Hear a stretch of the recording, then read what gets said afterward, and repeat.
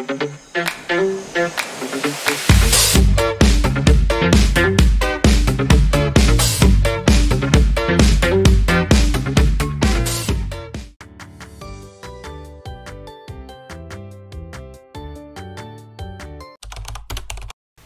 udah tahu belum apa itu otonomi daerah?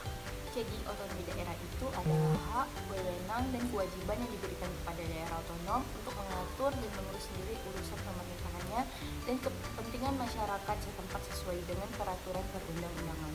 Nah, ruang lingkup otonomi daerah itu sendiri ini sangat luas dan dapat mencakup berbagai aspek kehidupan masyarakat di daerah setempat. Secara umum, ruang lingkup otonomi daerah meliputi urusan pemerintahan, kepentingan masyarakat setempat, serta kedudukan daerah dalam negara kesatuan. Tujuan otonomi daerah diantaranya itu memberikan pelayanan publik yang lebih cepat, tepat, dan efisien. Dan yang kedua itu bisa mengembangkan potensi daerah untuk meningkatkan kesejahteraan masyarakat. Dan juga bisa memberikan kesempatan kepada masyarakat untuk berperan aktif dalam pembangunan daerah, serta dapat menciptakan pemerintahan yang lebih demokratis dan responsif terhadap aspirasi dari masyarakat negara Republik Indonesia.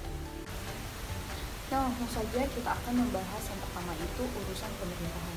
Di urusan pemerintahan ini meliputi urusan yang harus diselenggarakan oleh semua daerah, seperti penyelenggaraan pemerintahan umum, ketentraman dan ketertiban umum, perlindungan masyarakat, serta pengelolaan keuangan daerah dan pembangunan. Dan yang kedua itu ada urusan yang dapat dipilih dan diselenggarakan oleh daerah sesuai dengan potensi dan kebutuhan masyarakat, dimulai dari kesehatan, pendidikan, serta perekonomian daerah tersebut. Selanjutnya ada kepentingan masyarakat setempat, yang dimana di sini pemerintah harus menyediakan layanan dasar bagi masyarakat seperti air bersih, sanitasi, infrastruktur, dan transportasi. Yang kedua itu mengembangkan potensi sumber daya alam dan sumber daya manusia untuk meningkatkan kesejahteraan masyarakat dan melindungi serta melestarikan lingkungan hidup seperti sumber daya alam. Dan yang terakhir itu melakukan pemberdayaan masyarakat, yang dimana memberdayakan masyarakat dapat berperan aktif dalam pembangunan daerah. Selanjutnya ada kedudukan daerah dalam negara kesatuan, yang dimana meliputi ada otonomi terbatas. Nah, otonomi terbatas ini merupakan otonomi daerah di Indonesia yang bersifat terbatas. Artinya, daerah tetap berada dalam bingkai negara kesatuan Republik Indonesia.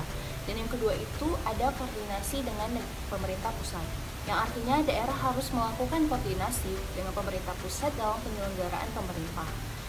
Dan terakhir ada peraturan perundang-undangan, yang dimana daerah wajib menjalankan peraturan perundang-undangan yang berlaku di tingkat pusat. Nah, di dalam otonomi daerah memiliki 3 asas utama. Yang pertama itu desentralisasi. Maksudnya apa sih desentralisasi?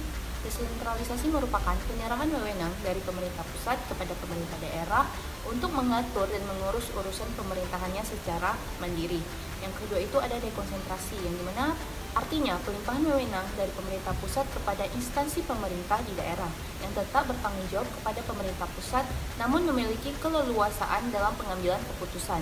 Dan yang terakhir itu ada tugas pembantuan, yang maksudnya pendelegasian wewenang dari pemerintah pusat ke daerah untuk melaksanakan tugas tertentu, biasanya disertai dengan bantuan sumber daya dan anggaran.